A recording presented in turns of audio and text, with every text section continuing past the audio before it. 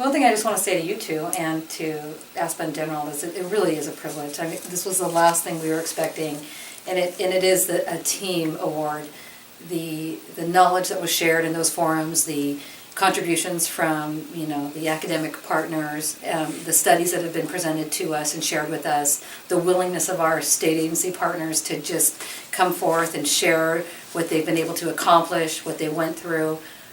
Giving their training materials, their presentations, really a great honor to co-chair the group because they really view and believe that we're in this together. And the more we can get ahead of it, be united, be consistent, and have a shared understanding is when we're going to get the greatest successes as a state.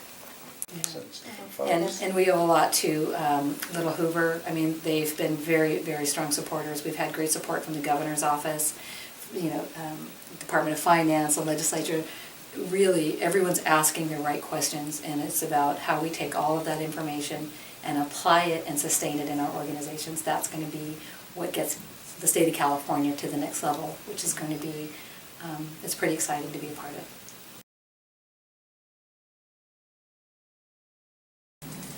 I'll go first, I guess. Well, I'm currently the performance chief at the Department of Financial Institutions, and what a performance chief, at least my job, is a high-level administrative leader that is responsible for policy. It's actually multifunctional. It's policy, consumer services, strategic planning, and just making sure that we have accountability within our organization and outside of our organization. So that's, I give leaders tools, our executives tools and items that we can do through strategic planning and policy and procedures and communication, and I try to make sure that performance metrics are available so that we can measure our performance. Okay. For me, I am the special advisor to the Secretary of the California Emergency Management Agency. I have a privilege of serving the department in an enterprise approach to how we look at our program performance, how we evaluate the effectiveness of our programs in the mission of our department, which is to coordinate the state's overall response to emergency disasters that are either natural or human caused. We have components of planning, preparedness, training and exercises, grants, recovery programs, Homeland Security initiatives. We're likened to the FEMA, the Federal Emergency Management Agency, but the state's counterpart. We coordinate with local government, nonprofit organizations. So it's a comprehensive look at the state of California and what's needed before, during, and after a disaster, and to make sure those needs are met. Measuring performance and evaluating the effectiveness of those programs is something that we do at various levels. The Secretary wants to have an overarching approach in order to demonstrate our accountability and how well we're using the taxpayers' money to make California safer for all of our residents and our citizens.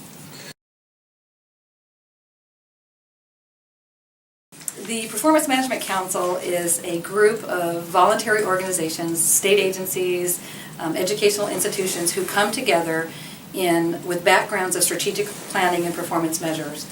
We share best practices, we identify tools that we can share, we share knowledge, we help each other, we've reciprocated in facilitation and training, we identify best practices and have case studies that are profiled. We post them publicly available to anyone on our website that can be downloaded. We share the challenges that we face in evaluating our departments and our agencies, and we identify solutions that can be implemented to help fill the gap and do a better job.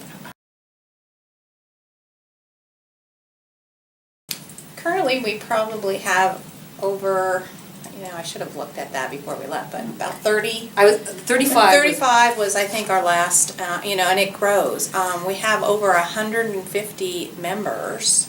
That's terrific. We usually have, our meetings are every other month.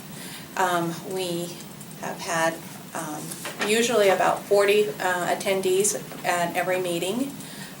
Large response rate of wonderful information, very helpful. We use it within our organization. So, like Grace said, we do try to share best practices. We try to, help each other out so that if we have any kinds of lessons learned or anything that we feel that is important for other organizations to understand, we share that with them, and we've had a great response. Our report has gone through the legislature. We did a report back at the end of 2010 of where performance management is within the state. That report has gone through, it's actually been taught at Sac State, it's been used as a handout, it's been at hearings. I've had folks come up to me and say, well, we want, the Performance Council to be able to do this for us. Can you just do that at the legislature in different hearings?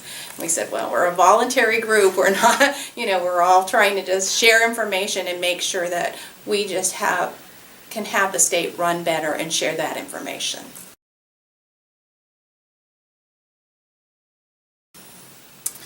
Well, Little Hoover actually was a great advocate, and Little Hoover Commission actually they convened the executives. Yeah, they convened the executives, and based on a report from the previous year that needed improvement within state service, so they convened and said, okay, how are we going to do that? They had a meeting, and it was such a great response that then I was approached, and Grace was approached to say, okay, how about doing a survey and an actual report? And I said, sure, I will be glad to help draft up a report and pull, the members together and work with. At the time, Little Hoover was, it was Eric and Tamar that were heading it with Stuart, and they had the vision of making this happen, and so they really did a great job. Grace had a opportunity to do the survey, and she had the tools and the research, and took that and spearheaded that, and I had experience on writing different reports for the legislature, and so I said I would spearhead that, and we had just great response. Both of our departments at the time and now are very supportive of this collaborative approach to problem solving. So the director, Will Bush, was part of the original executives that were convened that were looking at information technology and how do you evaluate technology projects. What they found through that process was that performance measures and evaluations was a much broader topic, and how we address that statewide comprehensively. So from that came this working group that over years the Little Hoover Commission staff, we had membership and participation from the IBM Center of Excellence, we had great support from the universities, and over time it became Louise and I co-chairing, but we've had a lot of support from our departments to say this is the right thing to do, there's a lot to learn, there's a lot of lessons learned that we can avoid when implementing this kind of process, so we can have some things that are sustainable for our organizations. A unique opportunity to work at a nuclear power plant at Rancho Seco back in the 80s, and from there it was kind of a job assignment that was temporary, and it was fascinating. They were going through a restart effort, lots of regulations and governing bodies interested in how we run nuclear power quite appropriately. And so for a couple years, 2.5 years, I worked there and was introduced to the Office of Emergency Services, who participated in an annual graded exercise of the effectiveness and safety measures that are in effect at a nuclear power plant. From there, as they decided to close the plant, I always wanted to work for emergency services. It was a few other colleagues had gone over, and I was just waiting to get on with the Office of Emergency Services. It was not your typical state job. They seemed to, the more I learned about them, working on disasters, working in emergencies, supporting first responders, helping the public prepare, very, very interesting for me. So I started there in 1989. If you recall, Loma Prieta hit in October of 1989. Very, very major disaster, and that started my career in emergency management. Man, you started off running, didn't you? It was an amazing privilege, yes.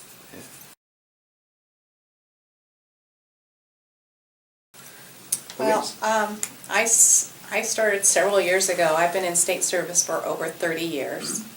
I started out as a student assistant at a EDD, worked at EDD for several years, enjoyed the public service aspect, and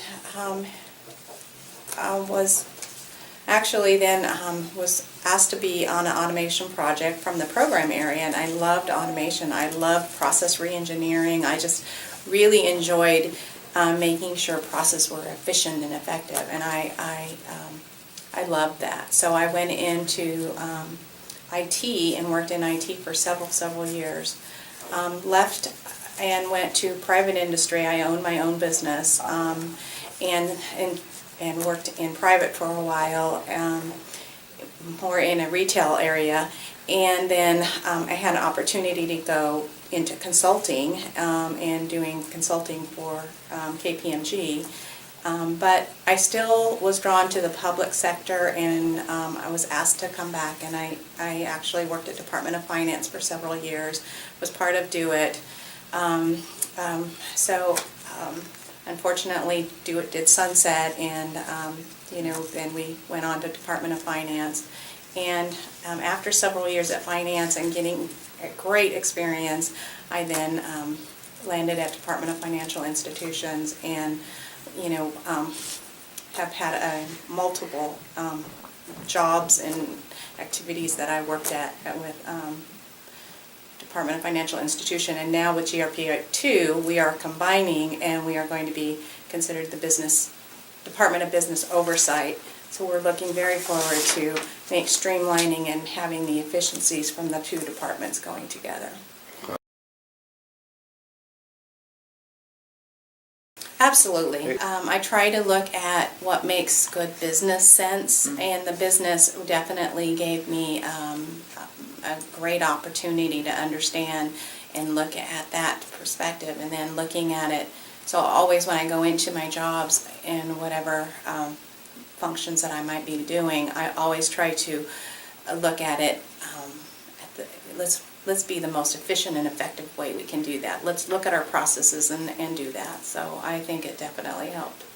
There was a great book that we always hear people say that the public sector should work more like the private sector, and his book says that the private sector should work more like the public sector because it's more than just a financial gain. It's really a calling that people put their heart in. And what I see in all of the offices that I've worked is that there's a lot of dedication, a lot of caring. People go the extra mile. They feel very, very proud of what they do, and we'd like to get to a point where we can use performance measures to tell the good story and let what is going right in government be known, instead of the things that we read in the paper that highlight only that which can be improved. So someday we'd like to get ahead of that and really highlight the passion and the dedication and the pride that people have in public service. I think there are a few major reasons, and I think a lot of it has to do with the implementation and the communication of the intended purpose of performance measures. They're viewed as a punitive approach to identify what's not going well. People feel like if they identify that they're perhaps not meeting a target or meeting a certain standard, that there's going to be some sort of negative action, whereas it's the opposite. It's to identify where we can do better and to improve it, but not to take a negative action on an organization or an individual. And people want to put their best foot forward. And sometimes when you start to look and you ask the questions, they become a little bit defensive. Yes. But if you use it in a way that is educating them the intended purpose, how it can help them do their jobs better, how it can help them identify funding priorities and resource allocations, and be used to shed unproductive processes that no longer add value, but yet we can meet another need that has greater priority within the department. It's a great thing. The other thing that I sense is that departments are overwhelmed. Staff, they're trying to support the mission of their departments. They're doing the best they can with some antiquated systems. We don't often take time to do the business process reengineering to streamline some of our work products and processes, but in the sustainability, somebody else comes in and a new leadership and might want to change what the priorities are. So You mentioned general services shifts a lot from one director to another, so. Yes, that's an and example. yes, and that organization is very much like have a business sense like the private sector. They're very mindful of their financial situation. They manage their budgets. They look at what's incoming. They look at their products. They survey their customers. They survey their employees. They're doing so many things right, and they've been sustaining that with Fred coming in. Really putting a lot of emphasis on the performance measures and looking at programs and asking the difficult questions and taking time to shore up and bolster their tracking systems and what they're looking at. So.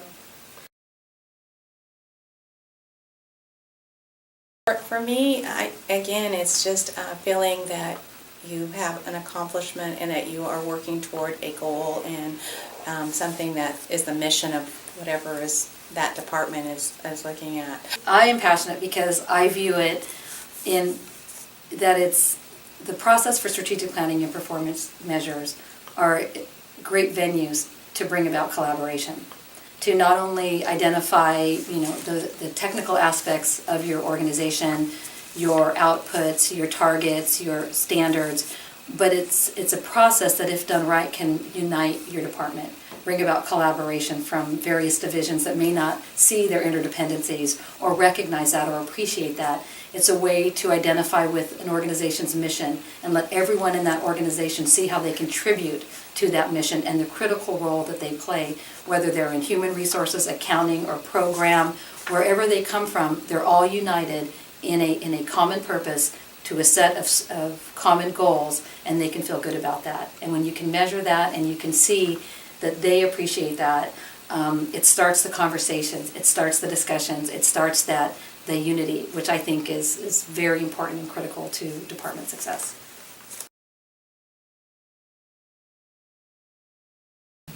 Moving up the ranks, absolutely. You definitely, coming into state service and private sector, I think it is you have to understand what the mission and the goal and really go for it. And moving up the ranks is be flexible, teamwork, stay positive, actually network and work with others a lot. Have a mentor. I think a mentor is so important to bring lessons learned and just sharing practices. So if you can get with an executive sponsor or a mentor that can teach you state government or government in general, because it is a unique type of way to process information, and it's not just like running a business, and some things may not make sense to you unless you understand the big picture.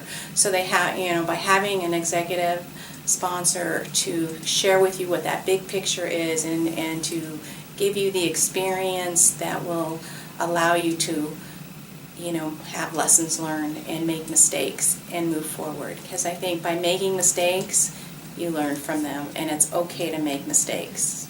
Just keep with a positive attitude and a smile always and move forward and stay focused of why you're doing public service. What is really important is to find out what your skills are and never stop learning, and then match that with your passion, the things that you care deeply about. When you get the match there's no stopping what someone can accomplish. When you see the opportunities instead of the challenges, when you're learning from people and from books and from continuing to your education and learning what works well, but really having something that speaks to your heart and what you want to do, explore a lot of different things, a lot of different areas, and then find what you're really good at, what you love to do in an arena. The state offers, public service offers a lot of different types of environments, and there's something out there for everyone, and they can be very, very rewarding. It's not always easy. Louise started as a typist, Yep. and I started as an office assistant, but the opportunities were always there and afforded us great learning and advancement opportunities, that every job was great. Didn't matter what it was, but just to learn from every environment that you're in. Don't be so wordy. Seriously. For me, I think it was, I don't know if it was advice or just learning from people who were very effective in getting things done. There's being right and there's being effective, and the two don't always go together. So you have to be mindful of how you work through people and getting things done. And it's not always as important to be right as it is to get the team and the group to be effective and to work together. So for me, I can only do so much as an individual, but if I can learn how to work with people and motivate them and bring out their skills and expertise to a common objective or a goal, we can get so much more done. So for me, it was the team, and then sharing that with the team. Good advice. I have to agree with, that was probably my, teamwork is so important in being able to get things done through others. Because you are one person and you can't always get everything done, but if you can get done through others and work together, you can accomplish a lot. And so. Communication and organizational behavior is so critically important. Studies have shown that 80% of the problems we encounter at work are not technical, they're interpersonal. And being able to communicate effectively, to listen and to be heard and to communicate professionally, even very negative, when you feel very strongly, I really see a continuing need for that in all sectors, private and public, that we really have to train the next generation to be able to communicate effectively and relate, interrelate very effectively. I don't know if you experienced that, but I am surprised at no matter what level, that can be a gap. Yes, absolutely, because communication is such a broad, and every survey or every poll that we take, it's always, you need to improve communication within your department. But what does that really mean?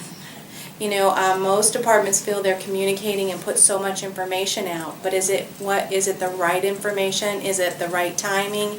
Is it the right way to communicate it? So again, it's really being open and being flexible and allowing and making sure that communication is very communicated well and done, but right. Mm-hmm. And what's just right is a hard thing to do.